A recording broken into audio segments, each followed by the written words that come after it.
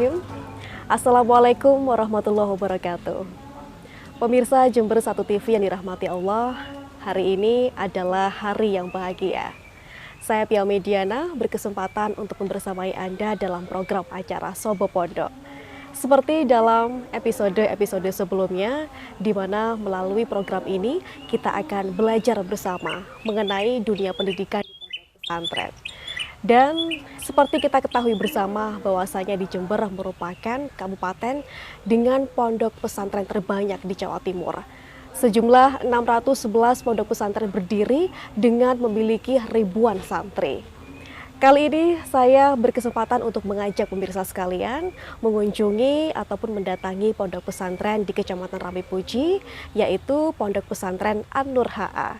Dan saat ini saya sudah bersama dengan Kiai Haji Rohmatullah Ali. Beliau adalah pengasuh Pondok Pesantren An-Nur HA, Kecamatan Rambipuji. Kita akan menyapa beliau terlebih dahulu. Assalamualaikum warahmatullahi wabarakatuh, Yai. Waalaikumsalam warahmatullahi wabarakatuh. Bagaimana kabarnya hari ini? Alhamdulillah, pagi yang cerah, indah. Betul sekali. Allah bersama kita. Dan alhamdulillah ini saya berkesempatan hadir langsung bertemu dengan Yai, dan ini suasana Pondok Pesantren An-Nur HA yang luar biasa. Begitu memasuki Pondok Pesantren ini rindang sekali, sejuk sekali begitu di tengah Kayak hutan. kota, kayak hutan. Dan luar biasa, Yai, ini terima kasih sudah luangkan waktunya untuk menyapa pemirsa Jember 1 TV. Dan tentunya kita ingin belajar bersama bagaimana tentang dunia pendidikan di pondok pesantren, utamanya di pesantren An-Nur HA sendiri. Sebelum kita ngobrol lebih jauh, Yai, sebenarnya arti dari nama pondok pesantren An-Nur HA ini seperti apa? An-Nur HA itu diambil dari kata dua nama pesantren dari pihak keluarga saya dari Malang, Lumajang. Keluarga saya punya pesantren namanya An-Nur. Okay. Singkatan dari Anwar Nur, nama kakek saya dulu pertama. Ada An-Nur 1, An-Nur 2, An-Nur 3, An-Nur 4, An-Nur 5 dan seterusnya. Sementara dari pihak istri saya, itu ada pondok pesantren An-Nuriyah di timur barat Tawangalun itu. Terus tahun 98 saya menikah. Tanah ini kosong, rumah induk, buat jujukan saja. Saya menempati di sini, bikin pesantren, akhirnya bikin pesantren An-Nur karena dari dua sisi namanya An-Nur. HA itu saya ambil dari nama Buyut pemilik tanah di sini pertama ini namanya Haji Alwi. Dia pendatang dari Pamekasan. Jadi saya abadikan dengan nama Pondok An-Nur Haji Alwi. Nah, disingkat maka menjadi An-Nur HA tadi. Dan tentunya maksud dari penyematan nama beliau adalah untuk mengenang jasa beliau. Dan saya berharap mudah-mudahan pendidikan yang ada bermanfaat dan ini menjadi jariah dari dua sisi sesepuh. Dari tahun 99 jenengan aktif di Jember dan juga turut membangun Pondok Pesantren An-Nur HA. Jadi tepatnya saya pulang ke Jember ini 2001. 2001? 2001. Saya dulu di Lumajang aslinya, ya mulai aktif di NU, di Ormas, di organisasi kepartaian. 2001 saya pulang di sini. Saya masih tidak kenal siapa-siapa.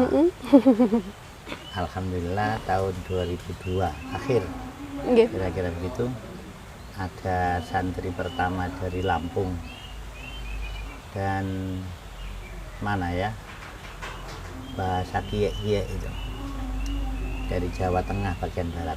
Itu cikal bakal santri pertama.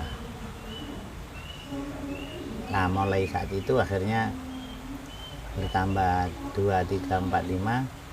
Akhirnya saya berpikir untuk saya beri nama lah biar orang tahu. Jadi An-Nur HA itu. An-Nur HA. Jadi tepatnya nama An-Nur HA itu awal tahun 2003 mulai saya berikan. 2003 nggih. Dari kisah ada santri dari Lampung tadi mencoba untuk belajar di sini, baru kemudian berdirilah pesantren An-Nur HA dan disematkan nama beliau tadi. Dan untuk sistem pendidikan di sini apakah ada pendidikan formal juga, Yai? Iya. Jadi saya melihat pesantren itu harusnya mengikuti pola zaman. Nggih. Pola zaman sesuai dengan kebutuhan zaman. Maka mulai sejak tahun 2000, sebenarnya 2002, dari 2002 sampai 2009 pesantren ini salah biasa, ngaji biasa gitu aja. 2009 mulai saya dirikan sekolah SMP. Jadi kebutuhan masyarakat tentang pendidikan formal. Oke, betul. Jadi saya pikir ke depan pesantren itu harus layaknya market pasar Indomaret gitu, pasar modern.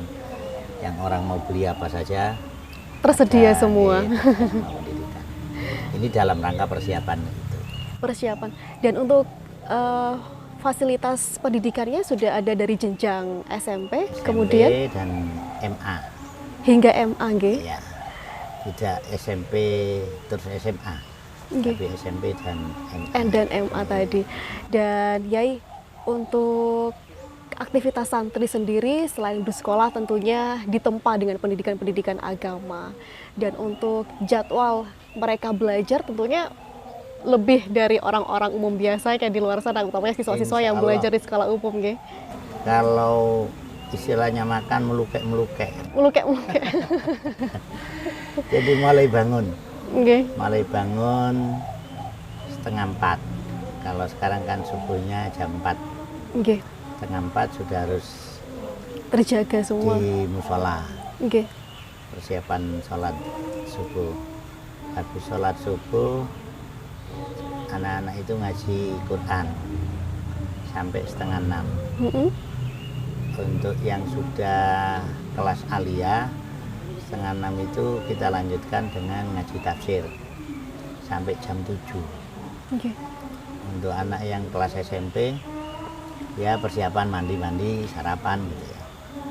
Jam 7, jam 7.10 wajib sholat duha semua berjamaah. Sampai jam 7:30 masuk kelas masing-masing. Itu sampai jam 12 saja. Di situ jamaah zuhur diharuskan tidur. Jam 2 sudah kita bangunkan lagi. Okay. Ada kegiatan musyawarah kelas, jadi anak itu targetnya tiap anak harus mampu mempresentasikan pengetahuan yang diketahui. Jadi bergantian gitu, presentasikan pelajarannya masing-masing. Itu sampai 4:30. Baru 4:30 sholat asar. Mandi sore, makan sore, persiapan maghrib, habis maghrib jamaah. 6:30 itu harus lalaran istilahnya kalau sini. Jadi melantunkan bait-bait yang menjadi pelajarannya agar mudah dihafal. Okay. Sampai jam 7. Jam 7 baru guru masuk. Sampai 8:30 itu belajar sekolah dinia. Sekolah dinia, habis itu jamaah isya. Habis jamaah isya itu anak-anak wajib belajar. Ya pelajaran formalnya, pelajaran kitabnya sampai jam 10. Okay. Jam 10 baru istirahat. Kita sediakan di perpustakaan.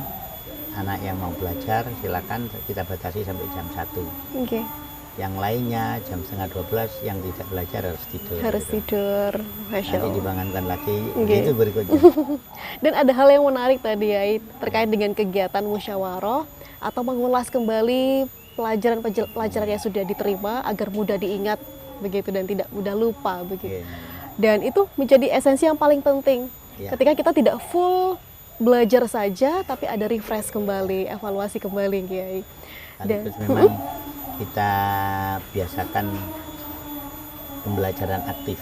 Pembelajaran aktif. Yeah. Baik, untuk jumlah santri hingga saat ini yang dimiliki Pondok An-Nur HA berapa, Yai? Saya pasnya kurang tahu, tapi kira-kira 425 lah. 425 saat ini, nggih. Ketepatan biasanya rata-rata pesantren itu lebih banyak perempuannya. Di sini mungkin ya Allah tahu karena memang lokasinya tidak ada, Nggih. rumahnya lebih sedikit. Nggih. Lokasinya yang kurang memenuhi. Baik. Dan untuk jumlah tenaga pendidiknya berapa ya? Jumlah tenaga pendidiknya itu mulai dari dinia dan formal itu kira-kira 40-an. 40 tenaga pendidik ya. Dan semuanya berasal dari sekitaran Kabupaten Jember? Tidak, jadi karena santri ini hampir rata ya. Jadi dari sekitaran Jember, dari luar kota Malang ada, Madura ada, Oke. Pasuruan ada, terjauh ke timur itu Lombok, Lombok. ke barat itu Anak Lampung, Wah. Oke. ke utara Kalimantan. Semua pulau ada yang mewakili di sini. Nggih. Dan ya ini sebuah, mungkin kita melihat review bagaimana eksistensi pondok pesantren di era saat ini. Kalau menurut pandangan Yai, apakah ada pengaruh dari perkembangan zaman dengan eksistensi pesantren sendiri? Saya pikir ke depan ada pengaruh, mungkin pengaruh bagus ya.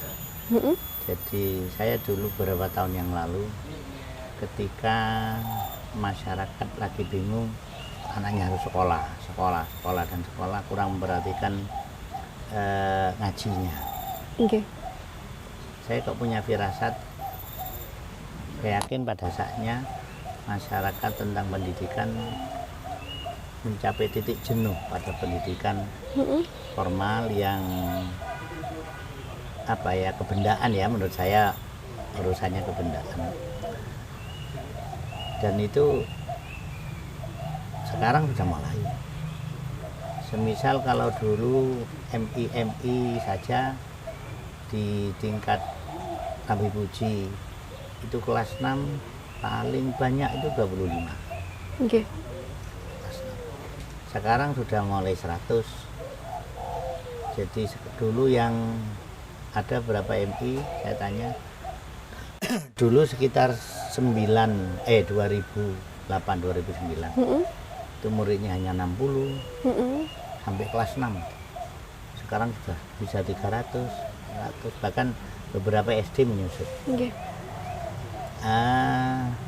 Perkembangan budaya yang mempengaruhi terhadap kejiwaan anak itu justru menjadi orang jenuh dan takut terhadap psikologis anak. Kira-kira itu yang akhirnya masyarakat kembali jenuh untuk itu dan ingin menitipkan bagaimana bentuk karakter anak, mempertahankan karakter yang bagus. Okay. Itu yang mungkin pengaruhnya. Dan memang seperti kita tahu bahwasanya di pondok pesantren kita ditempa dengan pendidikan yang mengutamakan akhlak. Nah itu. Dan di dalam agama kita diajarkan betul persoalan seperti bukan itu. Sekedar pembelajaran menurut saya. Jadi kalau di pesantren itu bukan sekedar pembelajaran tapi pendidikan. Pendidikan. Sekarang yang tampaknya di luar pendidikannya yang tidak ada tinggal berkurang lah. Menurut saya tinggal pembelajaran, hanya mengisi memori otak. Iya. Itu yang tidak membentuk perilaku, itu yang justru sekarang mengkhawatirkan pada perkembangan. Betul sekali.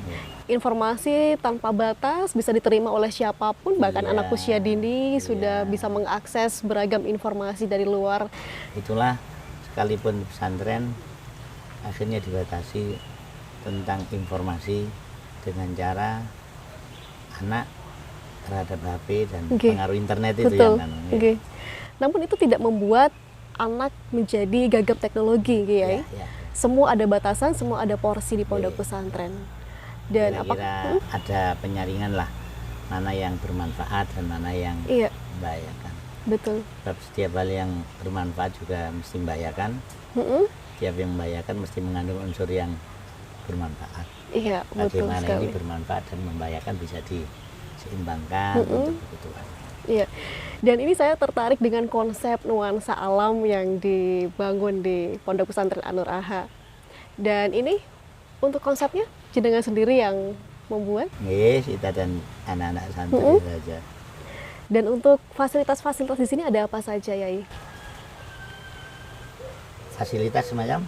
Semacam mungkin selain ruang sekolah, di sini juga di belakang saya terlihat sebuah kolam renang. Apakah ini bisa digunakan oleh para santri atau bagaimana?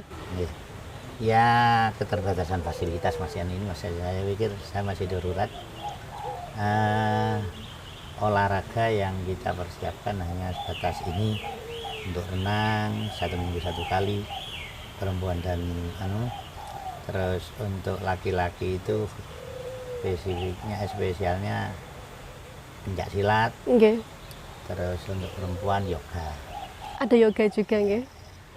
Dan semua pendidikan selain formal ada juga non formal, mungkin seperti ekstrakurikuler seperti yang Nyai sebutkan tadi, ada olahraga dan itu sudah ada pelatihnya sendiri nggih. Nggih, ada pelatih pagar Nusa Nggih. dari luar ini tiap hari Sabtu mestinya nanti sore ini. Heeh. Jadwalnya pelatihan tiap minggu, tiap hari Sabtu. Betul. Karena santri tidak hanya dituntut untuk bisa ngaji, namun bisa menguasai beragam bidang begitu, Kiai. Dan untuk misi yang dibawa oleh Pondok Pesantren An-Nur AHA ini seperti apa, Yai? Kita upaya untuk mempersiapkan santri yang siap pulang hidup bersama masyarakat dengan segala macam kebutuhan. Jadi di samping kebutuhan keilmuan, ngajinya, terus harus juga bisa punya life skill yang memadai, tapi ya karena keterbatasan saja. Iya. Saya ada upaya peternakan, saya berikan apa, ayo ingin ternak apa, saya ajarkan ternak apa, beli ayam, beli burung, beli apa. Okay. Saya sediakan kandang-kandang itu di atas, di bawah untuk peternakan. Juga saya datangkan pelatihan dasar otomotif. Okay. Terus ya apalah kira-kira anak-anak yang siap. Menarik sekali ya. Jadi banyak sekali bidang-bidang yang mulai dijuruskan dan berbasis kewirausahaan begitu nggih. Dan untuk biaya pendidikan menempuh di pondok pesantren ini mungkin kisaran berapa, Yai? Wah, detailnya saya enggak jelas. Yang mesti untuk sekolah SPP, SMP dan Alia masih kita gratiskan. Masya Allah. Masih kita gratiskan, kita andalkan operasional dan seterusnya dari bos. Itu aja. Terus untuk biaya makan entah berapa per bulan, saya kurang jelas. Nah, yang tahu detailnya. Terus hanya mungkin ya istilahnya urunan apa untuk listrik, untuk kebutuhan beli alat kebersihan gitu aja. Saya melihatnya karena memang segmen pasar kita masyarakat yang masih menengah. Okay. Dan saya pikir yang begini juga harus diopeni. Semua harus diopeni. Dan antusias masyarakat Jember terhadap pendidikan di pondok pesantren masih cukup tinggi, Kiai. Terbukti dengan ribuan santri berhasil direkrut di sejumlah pondok pesantren yang dimiliki oleh Kabupaten Jember. Dan untuk program-program yang dimiliki oleh pondok pesantren ini apa saja, Yai? Program semacam? Semacam mungkin selain pendidikan formal, mungkin ada juga. Jadi saya ingin ya ibarat burung itu berbagai macam burung. Ada burung perkutut, ada burung jalak, ada burung apa yang punya nilai kelebihan dan kekurangan masing-masing. Untuk pesantren An-Nur AHA ini saya ingin terprogram, sebenarnya ini kita masih mencari mencari pola yang pas. Dimana kalau dalam kaidah fikih itu ada istilah al-muhafadzah alal qadim as-sholih wal akhdhu bil jadidil aslah, mempertahankan hal lama yang baik sembari mengadopsi dan hal-hal baru yang lebih baik. Tentang pendidikan, di mana pesantren dulu memang mengedepankan pembentukan karakter atau akhlak. terus dengan keilmuan yang sebenarnya dalam Islam itu tidak ada dikotomi ilmu agama, ilmu umum ya. Iya, ilmu agama, Hanya ilmu entah di dunia. sini muncul istilah ilmu Nggih. agamanya. Jadi yang mesti ilmu yang wajib kita pelajari sebagai hamba Allah gitu aja. Mm-mm. Fikih, tauhid dan seterusnya. Terus ada tambahan perkembangan budaya, ada masuk PMP dan matematika masuk kan Iya. gitu. Mm-mm. Saya ingin ke depan ini terprogram untuk mengarah penguatan terhadap nilai-nilai keilmuan lama, keilmuan pesantren, baru nanti pada kalau memang sempat dan fasilitas terpenuhi berkembang menjadi kemajuan yang lain. Nah di sini sekolah itu saya pola 2. Setelah sholat duha 7:30 tepatnya sampai jam 9 itu pendidikan pembelajarannya berbasis kitab. Semua anak-anak mulai kelas 1 SMP saya target Ramadan ini sudah harus bisa baca matan dunia Nggih. beserta Irab kelas 2 Mukhtasar Jidan dan begitu seterusnya. Saya targetkan sampai alia itu anak bisa baca kitab Fathul Qorib. Mm-mm. Di mana Fathul Qorib itu yang dibuat standar penerimaan beasiswa guru madin dari Pemprov. Anak sini tamat alia sudah harus bisa baca Fathul Qorib. Baru 9:30 pelajaran formal itu tadi. Oke. Dan alhamdulillah itu sudah mulai kita lakukan dan target insya Allah mendekati 90%. Jadi anak kelas 3 alia itu sudah bisa baca Fathul Qorib dan itu jaminan. Masya Jadi Allah. quality assurance kita. Nggih. Dan semuanya benar-benar dikawal, dibimbing, Iya, dan iya. untuk target semuanya harus sama begitu. Karena seperti yang Yai tadi sebutkan bahwasanya tidak ada dikotomi antara ilmu dunia, ilmu agama, semua sama-sama ilmu Allah begitu nggih. Dan Yai, mungkin saya ingin sempat menyinggung bahwasanya dulu pondok pesantren selalu dikaitkan dengan stereotip bahwa mereka yang dimasukkan ke dalam pondok pesantren adalah anak-anak yang bermasalah dan orang tua enggan untuk mengurusnya secara pribadi namun diserahkan ke pondok pesantren. Namun hal ini di zaman sekarang hal itu sudah tidak relevan lagi karena banyak sekali lulusan santri yang justru berprestasi dan itu menjadi jaminan bahwasanya mereka bisa lebih berkarakter begitu nggih. Dan itu jaminan karakter dan pendidikan akhlak begitu seperti apa mendidiknya Yai untuk ciri khas pesantren utamanya di pondok pesantren ini? Jadi mulai sebenarnya dari kelas awal ya. Ada pendidikan akhlakul banin kitabnya. Ada adabul alim wal muta'alim. Ada taklimul muta'alim. Ada dan seterusnya. Nah, kalau pelajarannya. Dan itu lebih pada dicontohkan. Okay. Jadi lebih pada dicontohkan guru bagaimana berakhlak kepada murid, bagaimana ketika guru pengajar ini memberikan contoh murid kepada yang lain. Okay. Itu lebih kita tuntut kedepankan uswah. Uswah. Jadi contoh, misalnya bagaimana adab seorang murid kepada guru. Ya guru yang mencontohkan bagaimana kepada gurunya. Okay. Bagaimana nanti ketika orang tuanya berkunjung, apa yang harus dilakukan bertemu dengan orang tua, itu yang harus kita kedepankan sebagai uswah contoh. Dan itu pengaruhnya besar. Pengaruhnya besar kalau hanya sekedar pelajaran dan hafalan, kadang ya masuk sini keluar sini. Betul. Gitu. Dan semuanya berbasis dengan contoh, uswah tadi, teladan yang itu akan lebih melekat kepada para santri. Saya kadang guyonan kepada santri begini terkait akhlak. Jadi banyak hal yang sebenarnya itu diajarkan oleh Rasulullah. Okay. Tapi justru saat ini dipraktekkan oleh orang lain. Kalau orang masuk ke pesantren, ketemu santri, kadang ya santri ketemu berpapasan biasa-biasa saja, enggak ngereken kadang. Okay.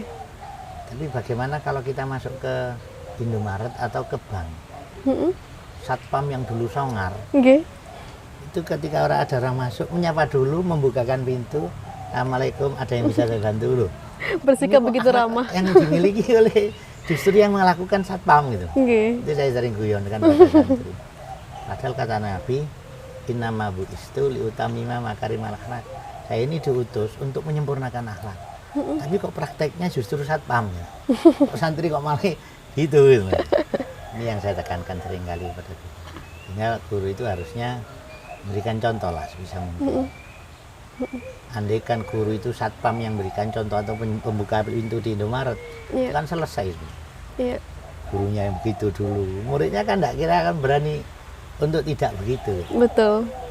Nah, akhirnya kalau kata Allah, laqad kana lakum fi rasulillahi uswah. Jadi ciri perjuangan Nabi, pendidikan Nabi pada sahabat berhasilnya itu ya karena contoh uswah itu. Maka itu yang harus saya tekankan, jangan hanya pelajaran, tapi harus praktek contoh. Akhlak tentunya. Dan para santri di sini tentunya benar-benar diajarkan, dididik, ditempa begitu Kiai. Apakah tentunya masih kita beberapa kali temui ada santri yang mungkin ini sedikit sulit ini karakternya untuk dididik begitu. Apakah ada treatment khusus untuk bisa mendidik pola-pola karakter yang bermacam-macam itu ya? Saya teringatkan dulu saat saya pulang mau izin boyong ke kiai saya dulu di Lirboyo. Oke. 97 itu saya matur ke kiai saya izin kiai, izin apa Kang Ahmad? Izin pindah kamar. Saya mau izin berhenti jadi murid itu gimana? Izin pindah kamar. Oh boyong, nggih. Anu Kang Ahmad, kalau sampean boyong, sampean pulang, saya punya murid. Kalau murid sampean nakal, jangan salahkan murid sampean. Itu pesan terakhir guru saya saat saya panggil. Tapi salahkan diri sampean sendiri. Loh, kok iso saya yang salah, pikir saya. Karena kenapa sampean kalah dengan pawang gajah, pawang anjing, pawang ular. Gajah itu karakter dasarnya merusak dan tidak punya akal. Anjing itu buas dan tidak punya akal. Iya. Ular itu juga begitu dan punya akal. Tapi karena pinternya pawang, anjing yang tidak punya akal, gajah yang tidak punya akal, bisa dimanfaatkan untuk mencari uang, suruh atraksi. Itu kan hebatnya. Nah, sampean kalau punya murid sampean jelas berakal, Iya. terus dilahirkan dalam keadaan fitrah. Kalau nakal kan berarti sampean yang bermasalah. Pendidiknya. Iya, itu yang dituntut oleh guru saya. Iya. Sehingga orang mendidik, orang berdakwah, umar ma'ruf nahi mungkar. Konsep Nabi itu ya harusnya begitu. Jadi bagikan orang bermain catur. Iya. Jadi tidak hanya dengan satu cara. Diserang dengan benteng, tidak kena. Diserang dengan peluncur, tidak kena. Dicoba lagi dengan, sampai terkadang mati justru dengan prajurit. Iya. Tidak terduga. Bagaimana yang penting tujuan pendidikan tercapai, apapun caranya, yang penting caranya tetap harus berakhlak. Iya. Sehingga kata Nabi, harusnya amar ma'ruf, mengajak kebagusan itu harus bil ma'ruf dengan cara yang bagus. Nahi mungkar, melarang kemungkaran itu juga harus dengan bil ma'ruf, dengan cara yang bagus. Dengan cara yang baik tentunya, agar supaya bisa diterima baik pula begitu Kiai. Untuk beberapa mungkin kasus kita temui, beberapa pendidikan menerapkan sistem ada kekerasan di situ, dan mungkin zaman sekarang sangat relevan bahwasanya orang-orang tua kita semua dididik dengan kekerasan, dan zaman saat ini sudah rentan sekali gitu. Kita lihat di sekolah, apabila seorang murid mendapat kekerasan dari guru, orang tua tidak terima saat ini, dan itu sudah dianggap melanggar HAM begitu. Dan untuk di pondok pesantren bagaimana saat ini, Yai? Seperti tadi, jadi saya tekankan tiap 2 minggu, 2 hari Selasa itu semua santri kumpul. Saya ingatkan, jadi bahwa Rasulullah itu rahmatan lil alamin. Jadi semua kamu yang kecil atau yang besar kepada kebalikannya harus menerapkan rasa rahmah, kasih sayang. Jadi yang kecil harus kasih sayang pada yang besar dengan cara menghormati. Yang besar harus kasih sayang dengan yang besar dengan cara belas kasih. Belas kasih itu tidak hanya dengan materi. Sampean bisa bagaimana pelajarannya bisa dipaham, mana yang tidak paham. Okay. Tidak harus dengan uang. Menyapa dengan senyum itu belas kasih. Dan ini yang harus disampaikan. Nah, sampean ini belajar nanti untuk mengembangkan keilmuan, mengembangkan Islam. Apa? Dalam bahasa lain dakwah. Sekarang belajar mencari bekal, terus belajar untuk mengembangkan dakwah. Dakwah itu tadi Nabi rahmatan lil alamin. Maka harus dengan cara yang baik. Amar ma'ruf harus bil ma'ruf, nahi munkar harus bil ma'ruf. Tidak ada yang boleh. Jadi kalau saya tekan kepada anak-anak, semua santri ini anak saya. Yeah. Semua santri anak saya. Saya tidak akan terima kalau anak saya disakiti orang. Maka kalian satu persatu jangan sampai menyakiti yang lain, karena menyakiti yang lain berarti menyakiti anak saya. Tidak peduli itu pengurus, tidak peduli itu kasus berat apapun, maka yang main kekerasan, main tangan harus dibalas kalau dengan Islam dengan kisos. Memukul, ya sudah, tiap hari Selasa itu harus dipanggil, ada yang lapor, saya dipukul. Apa yang dipukul? Sini, siapa yang mukul? Itu berapa kali? Berdiri. Kamu balas sendiri apa? Dibalaskan orang lain. Kayak gitu. Ada Jadi gitu. saya berlakukan hukum kisos, sehingga tidak ada 3 bulan ini ya, kisos itu tidak terjadi. Karena sebenarnya kisos itu fungsinya dalam Al-Quran begitu. Kisos hukum bunuh, hukum orang membunuh, dibunuh, itu sebenarnya bukan pembunuhannya yang target, tapi mencegah terjadinya 2 pembunuhan. Jadi dengan orang dikisos, orang hukum kisos, orang yang akan membunuh dan punya kesempatan, yang akan dibunuh sudah tidak angkat tangan, sudah tidak apa-apa, tinggal membunuh. Dia ingat bahwa ada hukum kisos, maka dia akan takut dia bunuh, akhirnya takut untuk membunuh.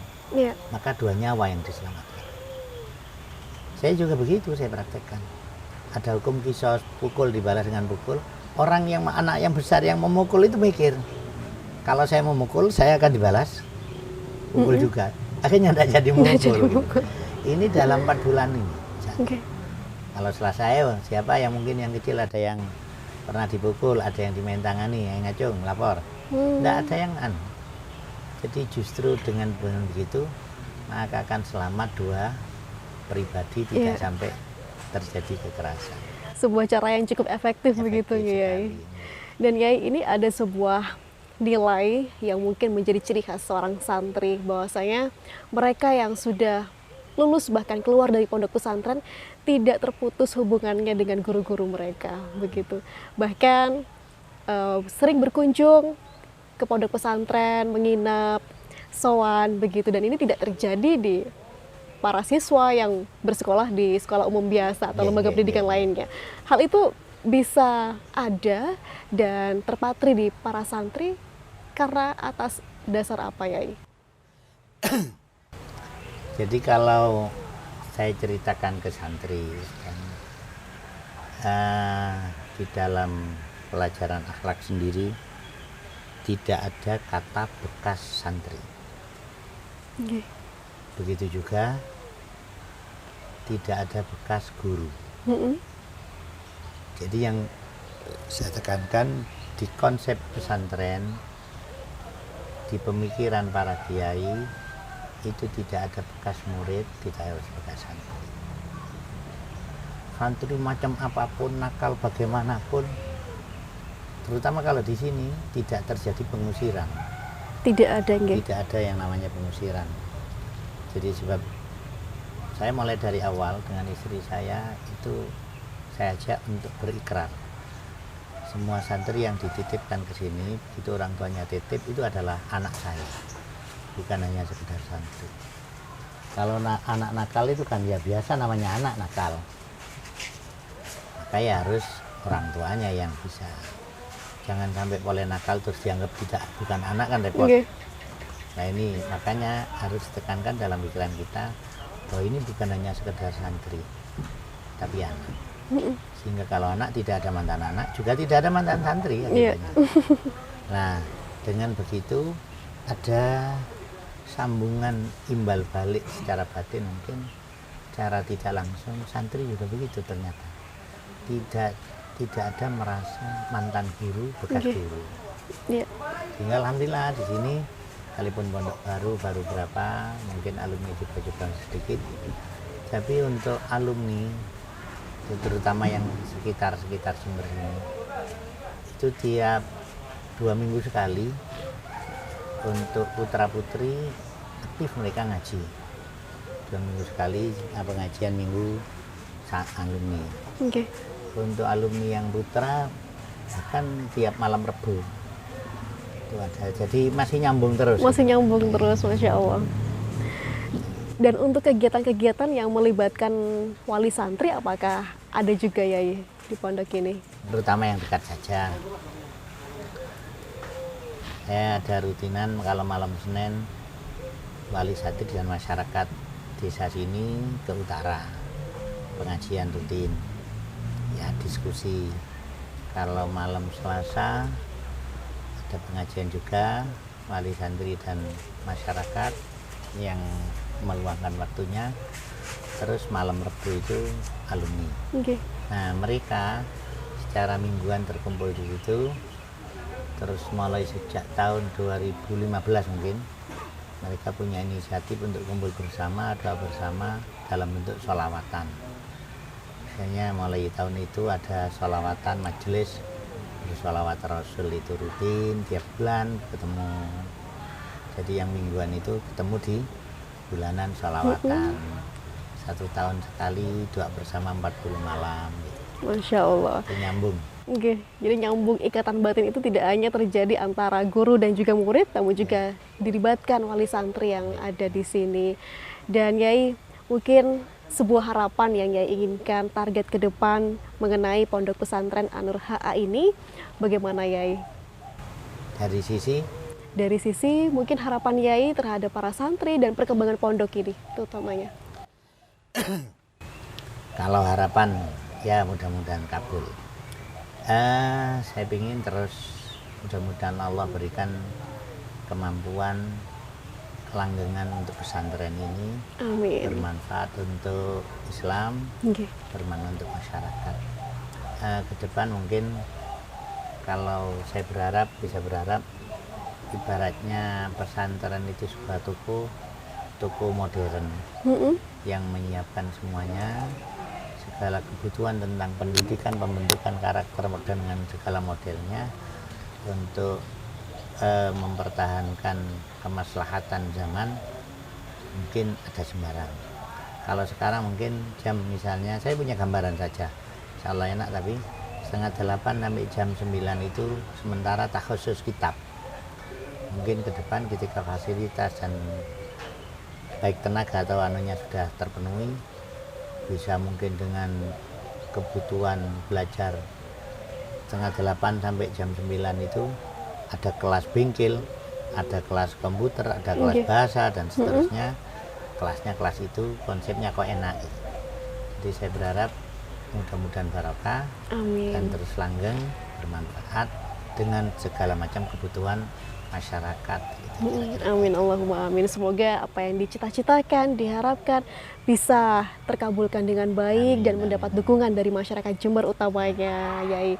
Terima kasih atas waktunya dan ilmu yang diberikan kepada kita semua. Mudah-mudahan Yai bisa senantiasa sehat, amin, dan lancar dalam segala urusan, utamanya dalam mengurus santri dan juga keluarga di sini. Terima kasih atas waktunya sekali lagi. Kekuatan.